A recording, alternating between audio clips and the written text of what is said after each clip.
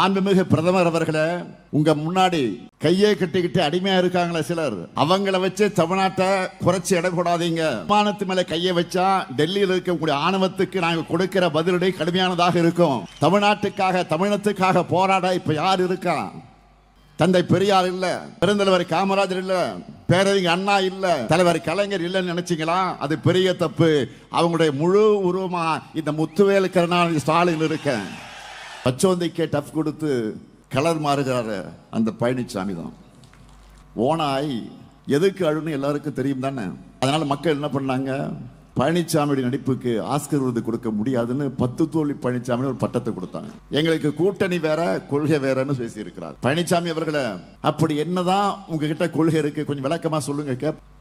காலை பிடி, காலை வாறு, முதுகுல சவாரி செஞ்சு முதுகை குத்து, இதான உங்க கொள்கை? கட்சியோட பேர்ல இருக்கிற திராவிடம்னா என்னன்னு கூட தெரியாதுன்னு சொன்னவர் தானே நீங்க. உங்களுக்கு திராவிடமும் தெரியாது, அண்ணாவும் தெரியாது, மண்ணும் தெரியாது, மட்டும் தெரியாது. ஒட்டுமொத்த தமிழ்நாடும் பழனிசாமிய அரசியல் அவமானமா பார்த்து, அகர முதல தொட்டு தாடி கிழவன் பிளட், அறிஞர் அண்ணா பிளட், தலைவர் கலைஞர் பிளட்.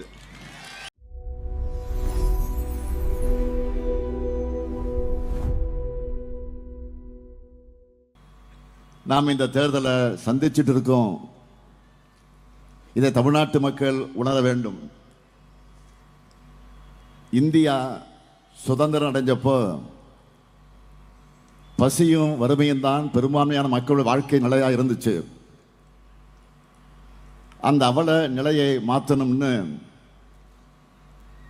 இந்திய அரசு கொண்டு வந்ததுதான் குடும்ப கட்டுப்பாட்டு திட்டம். அளவோடு பெற்று வளமோடு வாழுங்கள்னு சொன்னாங்க. சொன்ன மாதிரியே தமிழ்நாடு உள்ளிட்ட தென் மாநிலங்களும் இன்னும் சில மாநிலங்களும் அளவோடு பெற்று வளமான எதிர்காலத்தை நோக்கி நடைபெற ஆரம்பிச்சிருக்கிறோம். ஆனா இப்போ ஒன்றிய அரசு என்ன பண்ண போகுதுன்னா, மக்கள் தொகையை கட்டுப்படுத்தி வளர்ச்சியை நோக்கி நடைபோட்டதுக்காகவே நம்மை தண்டிக்க பார்க்கிறாங்க. நடக்க போற நாடாளுமன்ற கூட்டத்தொடரில் இதுக்கான சதி திட்டத்தை சட்டமா நிறைவேற்றலாம்னு திட்டமிட்டு இருக்கிறாங்க. இன்று மதியம் கூட இது சம்பந்தமா மாண்புமிகு பிரதமர் மோடி அவர்களுக்கு நான் எச்சரிக்கை விடுத்து ஒரு வீடியோ வெளியிட்டிருக்கிறேன். தமிழ்நாடு என்பதை வெறும் மாநிலமாகவோ நிலப்பரப்பாகவோ மட்டும் பார்க்க கூடாது. 8 கோடி தமிழ் மக்களுடைய உணர்வும் உரிமை குரலும் தான் தமிழ்நாடு. தமிழ்நாட்டோட குரல் வலையை நெரிச்ச நினைக்கக்கூடிய அவங்களுக்கு நாம சும்மா இருக்கக்கூடாது. நாம் எதிர்கொண்டிருக்கக்கூடிய ஆபத்து குறித்து ஒன்றிய பாஜக அரசு செஞ்சிருக்கக்கூடிய பாசிச நாசக வேலைகள் குறித்து பேசுனா படிப்பறிவு அறிவர்கள் சொல்லியிருக்கிறாங்களே. உதாரணமா பியூஷ் கோயல், அந்த பியூஷ் கோயல் அவர்கள் ரொம்ப திமிர்த்தனமா நாவை அடக்கக்கூடிய வகையில் பேசாமல் பேசுகிறார். நான் அவரை கேட்டுக்கொள்வதெல்லாம் நாவை அடக்கி பேசுங்கள். நீங்கள் தமிழ்நாட்டு பாஜகவுக்கு மட்டும்தான் இன்சார்ஜ். அதை மறந்துட்டு அத்துமீறி வாய்க்கொழுப்போடு பேசிக்கிட்டு இருக்கீங்க. இங்க மரியாதை கொடுத்தாதான் திரும்ப மரியாதை கிடைக்கும். பாஜக தமிழ்நாட்டை பற்றி தப்பா எடை போட்டு இருக்கு. மாண்புமிகு பிரதமர் அவர்களே, உங்க முன்னாடி கையை கட்டிக்கிட்டு அடிமையா இருக்காங்களே சிலர், அவங்கள வச்சு தமிழ்நாட்டை குறைச்சி எடை போடாதீங்க. தமிழர்கள் அறிவானவர்கள், சுயமரியாதைக்கார உடையவர்கள். எங்க தன்மானத்து மேல கையை வச்சா டெல்லியில் இருக்கக்கூடிய ஆணவத்துக்கு நாங்கள் கொடுக்கிற பதிலடி கடுமையானதாக இருக்கும். தமிழ்நாட்டுக்காக தமிழத்துக்காக போராட இப்ப யார் இருக்கா? தந்தை பெரியார் இல்ல, பெருந்தலைவர் காமராஜர் இல்ல, பேரறிஞர் அண்ணா இல்ல, தலைவர் கலைஞர் இல்லைன்னு நினைச்சீங்களா? அது பெரிய தப்பு. அவங்களுடைய முழு உருவமா இந்த முத்துவேல் கருணாநிதி ஸ்டாலின் இருக்க. அவங்களுடைய ஆற்றல் எல்லாம் தமிழ்நாட்டு மக்கள் ரூபத்தில் என் கூட கடைசி மூச்சு இருக்கிற வரைக்கும் தமிழ்நாட்டுடைய தன்மானத்தை உரிமைகளுக்காக இந்த ஸ்டாலின் களத்தில் நிற்பான், சண்டை செஞ்சுக்கிட்டே இருப்பான். மாண்புமிகு பிரதமர் அவர்களே, தமிழ்நாடு தன்னுடைய இறுதி எச்சரிக்கை கொடுத்தாச்சு. நெருப்போடு விளையாட வேண்டாம். நம்ம திராவிட மாடல் அரசை பொறுத்த வரைக்கும் ஒவ்வொரு மாவட்டத்துக்கும், ஒவ்வொரு வட்டத்துக்கும், ஒவ்வொரு ஊராட்சிக்கும் என்ன தேவைன்னு பார்த்து பார்த்து செஞ்சு கொடுத்திருக்கிறோம். இப்படி இந்த வேலூர் மாவட்ட வளர்ச்சிக்காக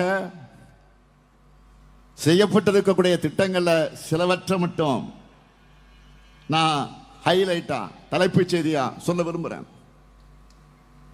வேலூர் மாவட்டம் முழுவதும் தண்ணீர் பஞ்சம் தலைவிரித்து ஆடின காலத்தில்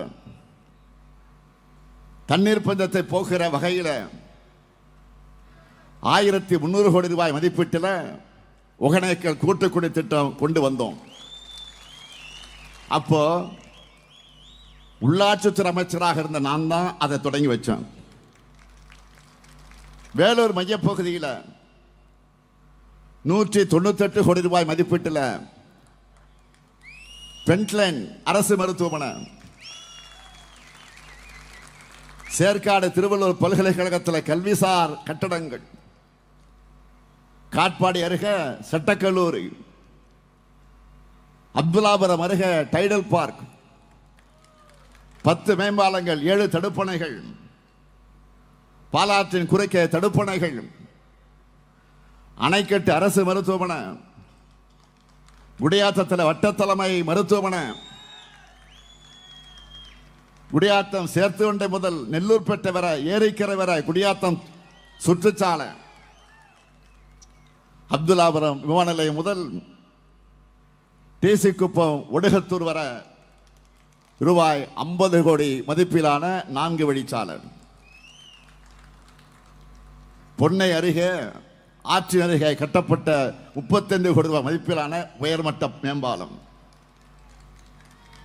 தொழிலாளர்களுக்காக 45 கோடி ரூபாய் மதிப்பீட்டில் கலைஞர் நூற்றாண்டு தங்கும் விடுதி, 45 கோடி ரூபாய் மதிப்பீட்டில் காட்பாடி 2வது ரயில்வே மேம்பால பணிகள் துவங்கப்பட இருக்கு.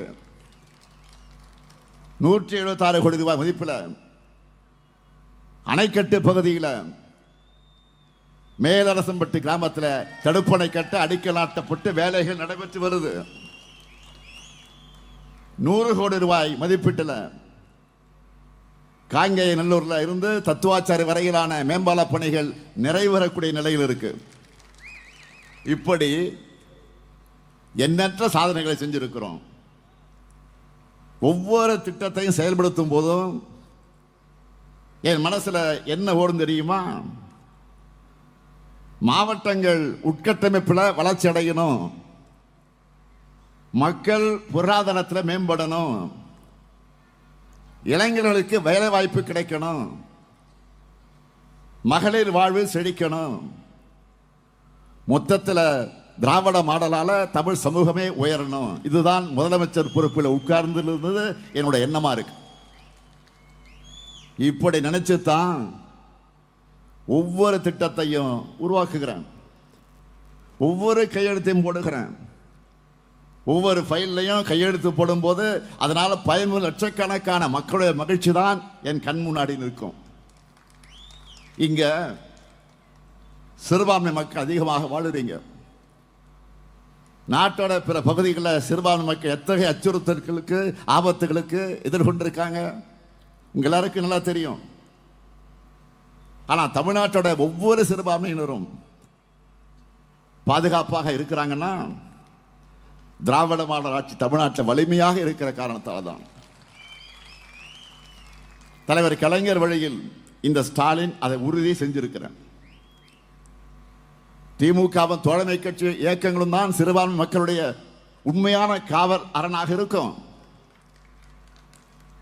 நம்ம திராவிட மாடல் அரசுல இஸ்லாமிய சகோதர சகோதரிகளுக்கு செய்யப்பட்டிருக்கக்கூடிய திட்டங்களை சுருக்கமாக சொல்லணும்னா, ஹஜ் புனித பயணம் மேற்கொள்ளும் இஸ்லாமியர்களுக்காக சென்னை விமான நிலையம் அருகே நங்கநல்லூர்ல தமிழ்நாடு ஹஜ் இல்ல கட்டடம் அடிக்கல் நாட்டப்பட்டு பணிகள் தொடங்கியிருக்கு. 2024 முதல் தமிழ்நாடு மாநில ஹஜ் குழுவுக்கு ஆண்டு நிர்வாக மானியம் 80 லட்சம் ரூபாயாக உயர்த்தி வழங்கப்பட்டு வருது. கடந்த 4 ஆண்டுகளில் தமிழ்நாட்டிலிருந்து 11,364 ஹஜ் பயணிகள் புனித பயணம் மேற்கொண்டிருக்காங்க. இதுக்காக அரசு சார்பில் 24 கோடி 56 லட்சம் ரூபாய் மானியமாக வழங்கி இருக்கிறோம். ஒன்றிய அரசு சிறுபான்மையின மாணவ மாணவியருக்கு வழங்கி வந்த கல்வி உதவித்தொகையை நிறுத்திடுச்சு. எனவே நம்ம அரசு சார்பில் 1 முதல் 8ஆம் வகுப்பு வரை அரசு மற்றும் அரசு உதவி வரக்கூடிய பள்ளிகளில் படிக்கிற முஸ்லிம் மாணவர்களுக்கு 1000 ரூபாய் கல்வி உதவித்தொகை வழங்கியிருக்கிறோம். 2022ஆம் ஆண்டிலிருந்து 159 கல்வி நிறுவனங்களுக்கு சிறுபான்மையின தகுதி சான்றிதழ் வழங்கி இருக்கிறோம். இதுல 103 சிறுபான்மை நிறுவனங்களுக்கு நிரந்தர சிறுபான்மையின தகுதி சான்றிதழ் வழங்கப்பட்டிருக்கு. தொன்மையான பள்ளிவாசல்கள் மற்றும் தர்காக்களை புனரமைக்க இதுவரை 10 கோடி ரூபாய் நிதி ஒதுக்கீடு செய்யப்பட்டு 10 தர்காக்களுக்கு வழங்கப்பட்டிருக்கு. பள்ளிவாசல்கள், தர்காக்கள், வக்ஃப் நிறுவனங்களை புனரமைக்க இதுவரைக்கும் 23 கோடி ரூபாய் நிதி ஒதுக்கீடு செய்யப்பட்டு 308 வக்ஃப் நிறுவனங்களுக்கு வழங்கப்பட்டிருக்கு. கிறிஸ்தவர்களுக்கான கல்லறை தோட்டங்கள் மற்றும் இஸ்லாமியர்களுக்கான கபர்ஸ்தான்கள் இல்லாத மாவட்ட தலைநகரங்களில் தேவைப்படுகிற நிலத்தை மாவட்ட நிர்வாகத்தின் மூலம் கையகப்படுத்தி மாநகராட்சியால நகராட்சி சார்பில் கல்லறை தோட்டங்கள் மற்ற கபர்ஸ்தான் அமைக்க ஆணைகள் வெளியிடப்பட்டிருக்கு. இப்படி சிறுபான்மை மக்களுக்கு தேவையானதை செஞ்சு கொடுக்கிறது மட்டும் இல்ல, உங்களுக்கு அநீதி ஏற்பட்டா அங்கே பாதுகாப்பு அரணாக நிற்கிறது யாரு? நாங்க தான், திமுக தான், இந்த முத்துவேல் கருணாநிதி ஸ்டாலின் தான். குடியுரிமை திருத்த சட்டத்தை கொண்டு வந்தாங்க. வீதி வீதியா போய் நம்ம கூடவே வாழக்கூடிய இஸ்லாமிய சொந்தங்களுக்கு அநீதி இழக்கப்படுது. நாம தான் துணை நிற்கணும். ஒட்டுமொத்த தமிழ்நாட்டு மக்கள்கிட்ட கையெழுத்து வாங்கி கையெழுத்து இயக்க நடத்தி பாதுகாப்பு தந்தது யாரு? திமுக. இதை கண்டிச்சு இந்த ஸ்டாலின் தலைமையில் மாபெரும் ஊர்வலம் போனோம். அதுக்காக என் மேலையும் என் கூட வந்து 8000 பேர் மேலையும் எஃப்ஐஆர் போட்டாங்க. போட்டது யாரு? பச்சோந்திக்கே டஃப் கொடுத்து கலர் மாறுகிறாரு அந்த பழனிசாமி தான். அது மட்டுமா, பழனிசாமி அதிமுக என்னவெல்லாம் செஞ்சது? சிஏ சட்டத்தை ஆதரிச்சு வாக்களிச்சது. மாநிலங்களவையில் திமுக அதிமுக எதிர்த்து வாக்களிச்சிருந்தா இந்த சட்டமே வந்திருக்காது. ஆதரிச்சு வாக்களிச்சது மட்டும் இல்ல, இந்த சட்டத்தால யார் பாதிக்கப்பட்டாங்கன்னு கேள்வி கேட்டு கொச்சைத்தனமாக கேள்வி கேட்டார் பழனிசாமி. இவருடைய துரோகத்துக்கு சிறுபான்மை மக்கள் பதிலளிக்க தொடங்கியதும் கடந்த நாடாளுமன்ற தேர்தலில் பாஜகவை பிரிந்த மாதிரி ஒரு கபல நாடகம் போட்டார். அதோட கூட்டணி தர்மத்துக்கானத்தான் இந்த சட்டங்களை ஆதரிச்சோம் என்று கதை சொன்னார். ஓனாய் எதுக்கு அழுன்னு எல்லாருக்கும் தெரியும் தானே. அதனால மக்கள் என்ன பண்ணாங்க? பழனிசாமியுடைய நடிப்புக்கு ஆஸ்கர் விருது கொடுக்க முடியாதுன்னு 10 தோல்வி பழனிசாமி ஒரு பட்டத்தை கொடுத்தாங்க. இதுல இருந்தாவது பழனிசாமி படம் கத்துக்கிட்டாரா? மறுபடியும் பாஜகவை தோல்ல சுமந்துக்கிட்டு வராரு. அண்மையில் நாகர்கோவிலில் போய் பேசின பழனிசாமி இன்னொரு அரிய முத்த உதிர்த்திருக்கிறார். என்ன தெரியுமா? எங்களுக்கு கூட்டணி வேற கொள்கை வேறன்னு பேசியிருக்கிறார். பழனிசாமி அவர்களே, அப்படி என்னதான் உங்ககிட்ட கொள்கை இருக்கு, கொஞ்சம் விளக்கமா சொல்லுங்க கேட்போம். காலை பிடி, காலை வாறு, முதுகுல சவாரி செஞ்சு முதுகை குத்து, இதான உங்க கொள்கை? கட்சியோட பேர்ல இருக்க திராவிடம்னா என்னன்னு கூட தெரியாதுன்னு சொன்னவர் தானே நீங்க. உங்களுக்கு திராவிடமும் தெரியாது, அண்ணாவும் தெரியாது, மண்ணும் தெரியாது, மட்டும் தெரியாது.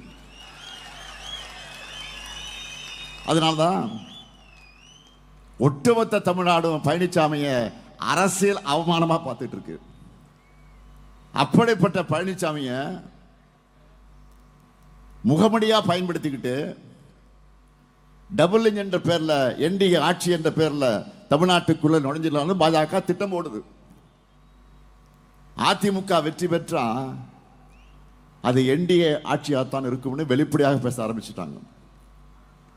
ஆனா தமிழ்நாட்டு மக்கள் கிட்ட மோடி மஸ்தான் வேலையும் ஈடுபடாது, அடிமை சாமியோட அடகு வைக்கிற வேலையும் நடக்காது.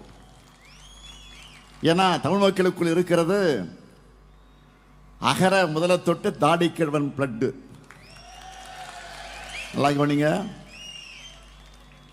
தமிழ்நாட்டில் இருக்கிறது அகர முதல தொட்டு தாடி கிழவன் பிளட். அறிஞர் அண்ணா பிளட், தலைவர் கலைஞர் பிளட். நம்ம திராவிட மாடல் ஆட்சியில் சதிகளை முறியடிச்சு சாதனைகளை படைச்சுக்கிட்டு இருக்கிறோம். அடிமைத்தனத்தை ஒழிச்சு அதிகார மிரட்டல்கள் எல்லாம் தவிடு பொடியாக்கி அன்பால மக்களை ஆட்சி செஞ்சுக்கிட்டு இருக்கிறோம்.